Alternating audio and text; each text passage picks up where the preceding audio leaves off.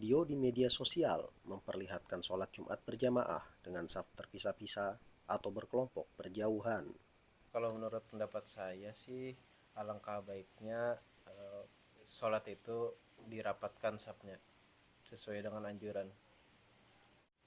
Kalau pernah lihat ya, kita pernah lihat di salah satu masjid, cuman tergantung dan kepercayaan dan keyakinannya masing-masing. Hal tersebut sontak timbulkan pertanyaan, seperti apa saf sholat berjamaah yang dianjurkan? Assalamualaikum warahmatullahi wabarakatuh. Bismillahirrahmanirrahim. Alhamdulillahirrabbilalamin. Assalatu wassalamu ala sayyidil mursalin Muhammadin nabiyil amin wa ala alihi wa ashabihi ajma'in, amma ba'du. Para pemirsa yang dirahmati Allah, salah satu dari hal yang penting di dalam melaksanakan ibadah sholat adalah berjamaah.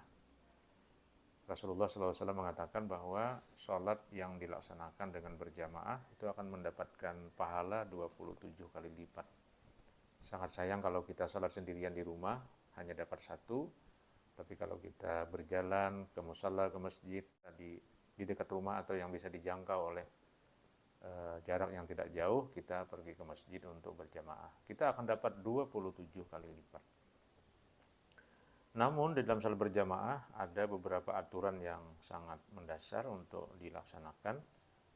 Yang salah satunya adalah persoalan shaf. Shaf itu artinya barisan.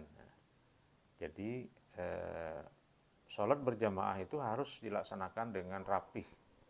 Ada komandonya, ada imam, ada makmum yang bersaf-saf dengan lurus, dan jarak antara imam dan makmum juga tidak jauh, karena diperlukan pengetahuan makmum terhadap pergerakan imam, ya, melalui penglihatan, melalui suara, dan melalui takbir intiqal namanya. Oleh karena itu dalam kondisi normal maka shaf itu harus dibikin rapi.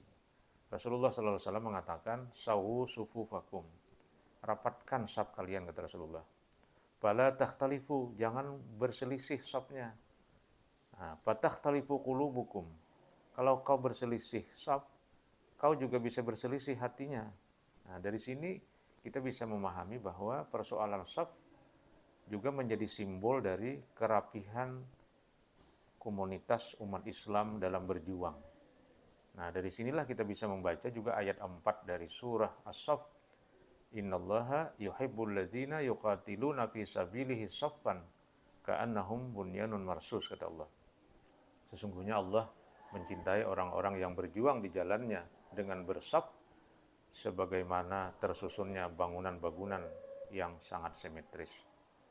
Oleh karena itu dalam kondisi normal perhatikan saf, dan kita didorong untuk berada pada saf yang terdekat dengan imam.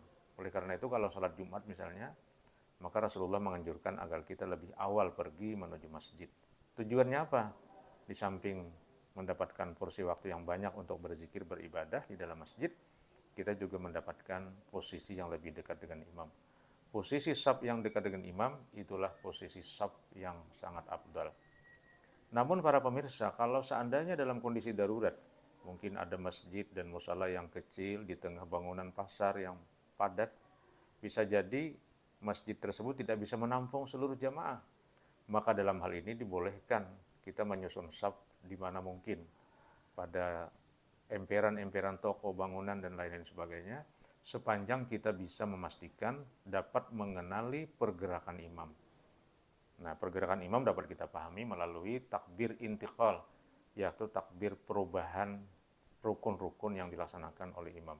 Misalnya kalau sudah berdiri imam, lalu dia mengatakan Allahu Akbar, berarti rukuk. Nah, kita harus mendengar walaupun jauh.